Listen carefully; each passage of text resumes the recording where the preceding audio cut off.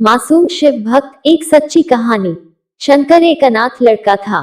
उसको जंगल में रहने वाले शिकारियों के एक गिरोह ने पाला था। उसके पास कोई औपचारिक शिक्षा भी नहीं थी। वह केवल एक चीज जानता था कि उसे कैसे जीवित रहना है।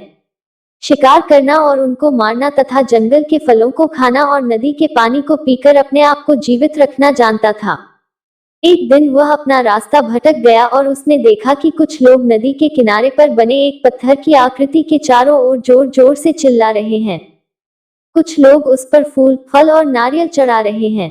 शायद उसने सोचा यह कोई मकान होगा जिसमें लोग रहते होंगे, पर यह एक प्राचीन मंदिर था। लेकिन शंकर ने इसे पहले कभी नहीं देखा था, पर इसके बारे में जानने के लिए वह काफी उत्सुक था। उसने तब तक इंतजार किया जब तक कि लगभग सभी लोग उस मंदिर से नहीं चले गए। अंत में उसने एक युवा लड़के को पत्थर की इमारत से बाहर आते देखा और उससे बात करने का फैसला किया, और शंकर ने उससे अपने मन में आए कई सवाल पूछे। उसका पहला प्रश्न था, इस इमारत को क्या कहा जाता है? लोग अपने साथ क्या लाते हैं? फिर उन चीजों को अंदर वाली इमारत में क्यों छोड़कर वापस आ जाते हैं? चीजों को अपने साथ लाना और उन्हें अंदर छोड़कर वापस चले जाने पर वह लड़का शंकर की अज्ञानता व मासूमियत पर बहुत ही हैरान था और उसके सवालों से चकित भी था। पर यह वह नहीं जानता था कि वह पास के जंगल में रहता है और शिकार करके ही अपना जीवन यापन करता है। लेकिन फिर भी उसने उसके सवालों के जवाब देने की पूरी कोशिश की। उसने शंकर को बताया, यह भगवान शिव का मंदिर है। लोग यहाँ उन्हें फल और फूल चढ़ाने आते हैं। वे शिव भगवान से जो चाहते हैं वह मांगते हैं और शिव उनकी सभी की प्रार्थनाओं को सुनते हैं। यह सुनकर शंकर तुरंत मंदिर जाना चाहता था। लड़के ने उसे अंदर का रास्ता दिखाया और शिवलिंग के बारे में बताया। शंकर ने मासूमियत से लड़के से पूछा, यह शिवलिंग क्या चीज है और हमें क्या देता है? लड़के ने बताया, हम शिव से जो मांगते हैं वह हमें दे देता है। हम सब ऐसा मानते हैं। लड़के ने कहा, अब अंधेरा हो रहा है, अब मुझे घर जाना होगा। और वह शंकर को वहीं अकेला छोड़कर चला गया। शंकर ने झिझकते हुए मंदिर में प्रवेश किया। वह एक कोने में बैठ गया और सोचा, एक पत्थर किसी को वह चीज कैसे दे सकता है जो वे चाहते हैं। इसलिए उसने इसका परीक्षण करने का फैसला किया और उसने पत्थर की प्रतिमा से कहा, हे शिव, कृपया मुझे पर्याप्त शिकार करने दे ताकि मैं भूखा न रहूं।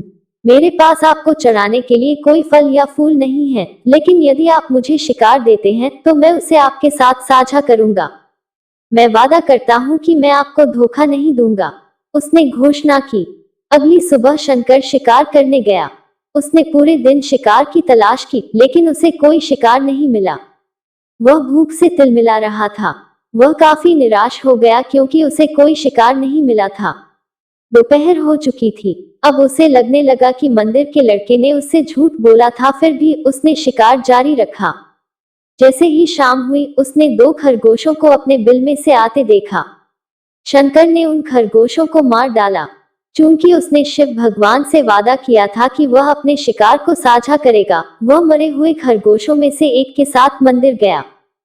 देर हो चुकी थी और मंदिर सुनसान था। शंकर ने मंदिर में प्रवेश किया और जोर से कहा, कृपया आओ और अपना हिस्सा ले लो प्रभु, आपके लिए मैं लाया हूँ। वह वहां बैठ गया और अंधेरा होने तक प्रतीक्षा करने लगा, लेकिन भगवान प्रकट नहीं हुए। शंकर को भूख और नींद आने लगी और उसने खरगोश को मंदिर में छोड़ने का फैसला किया। अगली सुबह जब लोग मंदिर पहुंचे तो उन्हें शिवलिंग के सामने मरा हुआ खरगोश मिला। भक्त बहुत परेशान थे। यह यहाँ कौन लाया है? उसने हमारे मंदिर को अपवित्र करने की हिम्मत कैसे की? उन्होंने खरगोश को बाहर फेंक दिया। अगले दिन शंकर अपनी भूख मिटाने के लिए जंगल में शिकार करने गया, लेकिन इस बार उसकी किस्मत अच्छी नहीं थी और उसे शिकार भी नहीं मिला। उसने सोचा, आज रात को मंदिर जाना चाहिए और शिव से पूछना चाहिए कि उनको खरगोश का भोजन कैसा लगा। शंकर यह पूछने के लिए मंदिर गया। जब वह मंदिर पहुंचा तो उसके आश्चर्य का कोई ठिकाना न रहा। उस रात मंदिर में लोगों की काफी भीड़ थी। शिवरात्रि की रात थी, लेकिन अबोध शिकारी लड़के को इस बारे में कुछ भी नहीं पता था। शंकर ने चारों ओर देखा और उस युवा लड़के को देखा जिसने उसको मंदिर के अंदर शिव से प्रार्थना करने के लिए कहा था। चूंकि उसे इतने सारे लोगों के आसपास रहने की आदत नहीं थी, उसने वहीं रुकने का फैसला किया और पास के एक बेल के पेड़ पर चढ़ गया। यह एक लंबा इंतजार था और समय बिताने के लिए उसने पेड़ से पत्ते तोड़कर जमीन पर फेंकना शुरू कर दिया। उसे अज्ञात पेड़ के नीचे एक छोटा सा शिवलिंग था, जिसकी पूजा लंबे समय से नहीं की गई थी। शंकर के द्वारा फेंके गए बेल के पत्ते उस शिवलिंग पर गिरे। शंकर भजनों से मंत्रमुग्ध हो गया और धीरे धीरे सात गाना और पंचाक्षरी मंत्र का जाप करना शुरू कर दिया। रात भोर में बदल गई और सभी भक्त मंदिर से चले गए।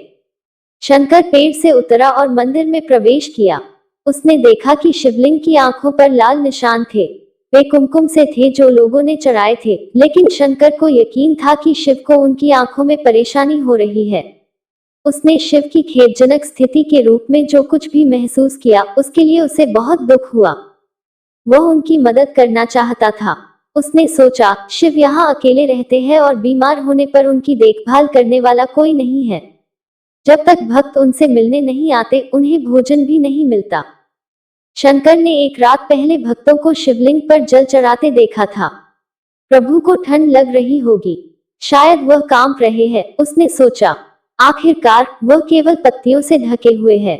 तो उसने शिव से पूछा, मेरे स्वामी, मैं आपकी क्या मदद कर सकता हूँ? शायद कुछ खाना या दवा। मैं आपकी सेवा कैसे कर सकता हूँ? शिव ने उसे कोई उत्तर नहीं दिया।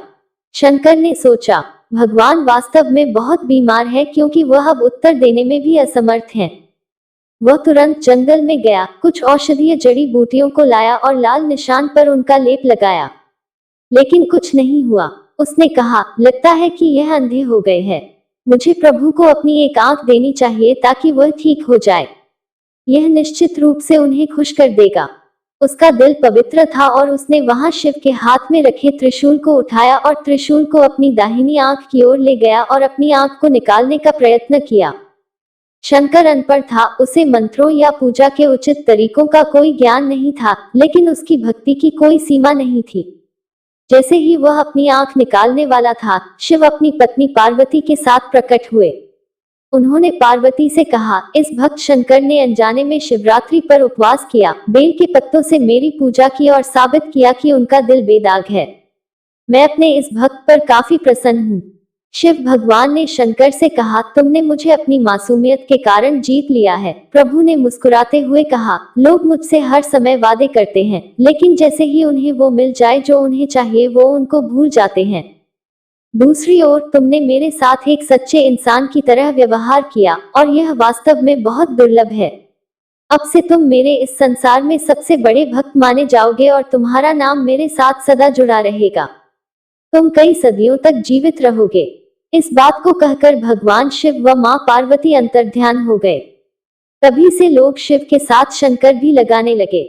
तो दोस्तों, कैसी लगी आपको हमारी आज की कहानी? कहानी अच्छी लगी तो वीडियो को लाइक कर दीजिए और ज्यादा से ज्यादा लोगों में शेयर करें। अगर आप हमारे चैनल पर पहली बार आए हैं तो चैनल को सब्सक्राइब कर लीजिए, क्योंकि हम अपने चैनल पर ऐसी ही कहानियां लेकर आते रहते हैं। मिलते हैं फिर एक कहानी के साथ। धन्यवाद।